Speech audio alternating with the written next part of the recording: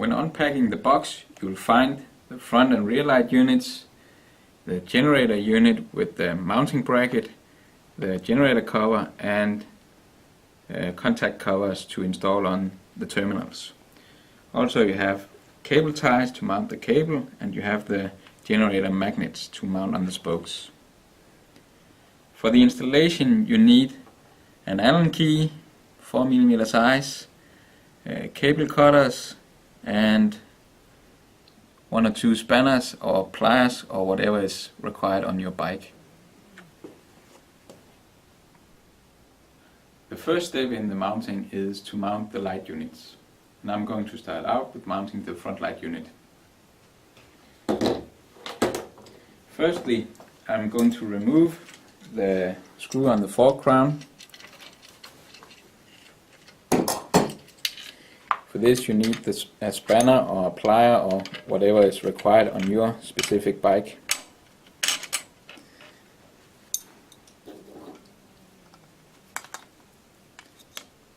Then place the front light unit and mount it with the screw through the fork crown.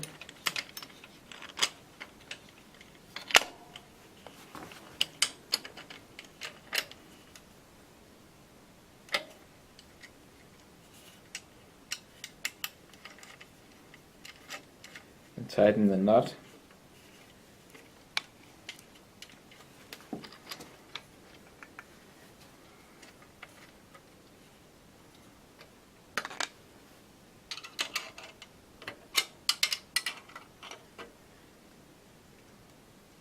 And before you tighten the nut completely, make sure you have adjusted the front light to the desired position, pointing the light cone forward. We're now ready for the installation of the rear light unit, and the first thing you need to do is to unmount the nuts on the back side of the light unit. This enables you to adjust the position of the screws for the mounting on the luggage carrier, and you're now able to position it in the standard mounting holes with either 50 or 80mm distance.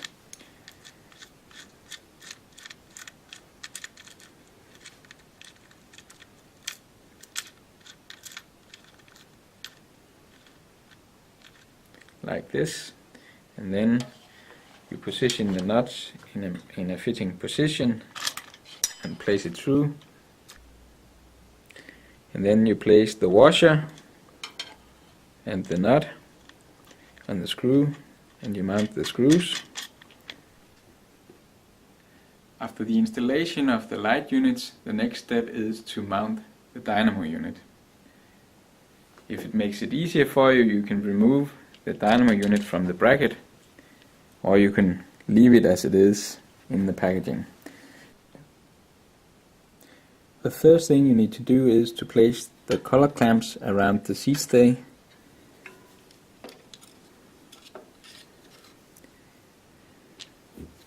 And then you place it through on the back side of the bracket.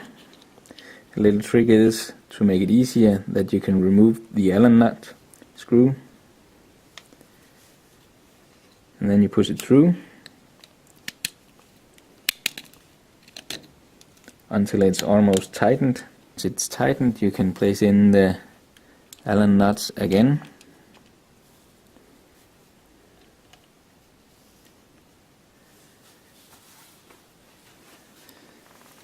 And then you position the generator unit in the right position. It's important, it needs to be 10 centimeters or 8 to 12 centimeters from the hub.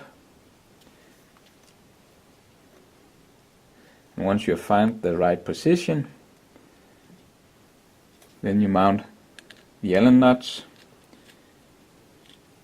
and tighten the collar clamps securely. You're now ready to install the magnets. The first thing you need to do is to unmount the screws in the magnet units. so that you can take off the adapter bracket. Then you find a suiting position on the spokes where the magnet unit can pass the generator or the dynamo unit. You position the magnet on the spokes.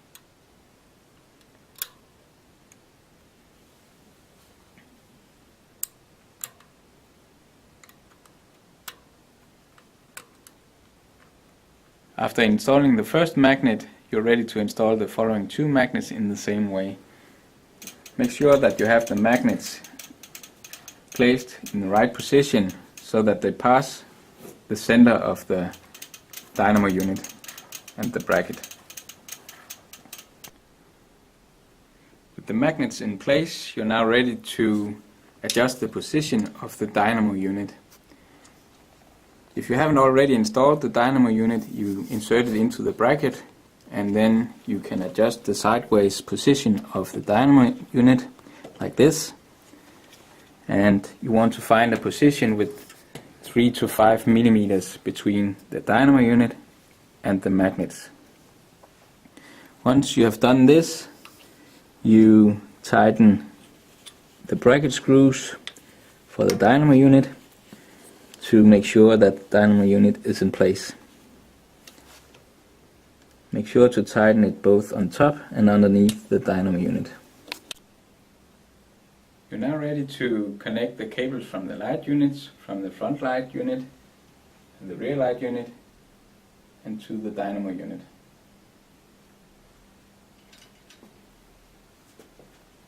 You take the cable from the front light unit and you can, for instance, make it pass underneath the front fork through here, and then you make the cable run along the bike frame, for instance this way down here, and up the rear stay to the dynamo unit. And for the rear light, you can make it follow the luggage carrier down this way and up to the dynamo unit. When you install the cables for the front light unit, you need to make sure that you have sufficient cable passing through the fork to make the bike able to turn all the way to one side and all the way to the other side. You can mount the cable ties either around the frame, or if you have some brake cables or gear cables, you can mount the cable directly to this. And the good tip is to twist the cables, the light unit wire cables, together with the cables of the gears, so that they pass nicely along the frame underneath the bike.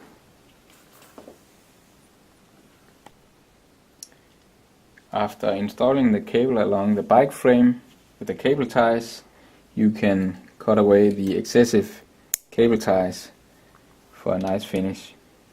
And then you're ready to find the appropriate length of the cable and prepare it for installation on the dynamo terminals. Make sure that you have a little extra cable, and then you cut the cable to the fitting length.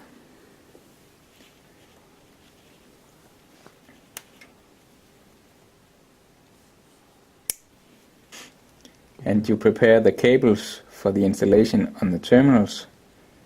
Remove a little of the insulation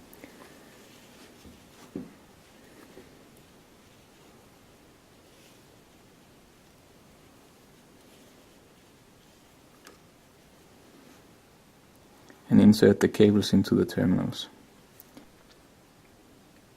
When you have prepared both cables with the right length, you're ready to install on the terminals.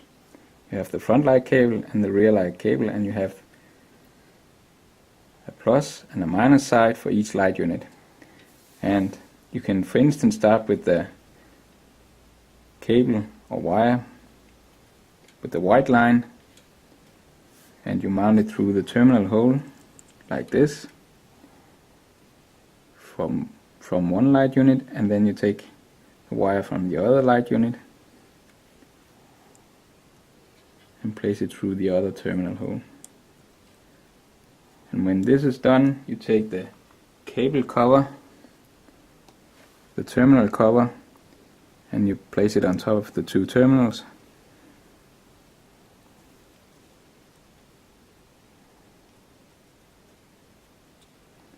Now you're ready to close the dynamo unit with the dynamo cover. You place the wires for the light units into the outlet and position it good. Then you take the cable cover, make sure it's turning the right way to match the holes, and you place the cable covers, and you place the dynamo cover and push so you have a click and the cover is in place and the cables are positioned in the right way. Now the installation is done and you're ready to take the bike for a spin and see the road ahead of you. Happy safe cycling.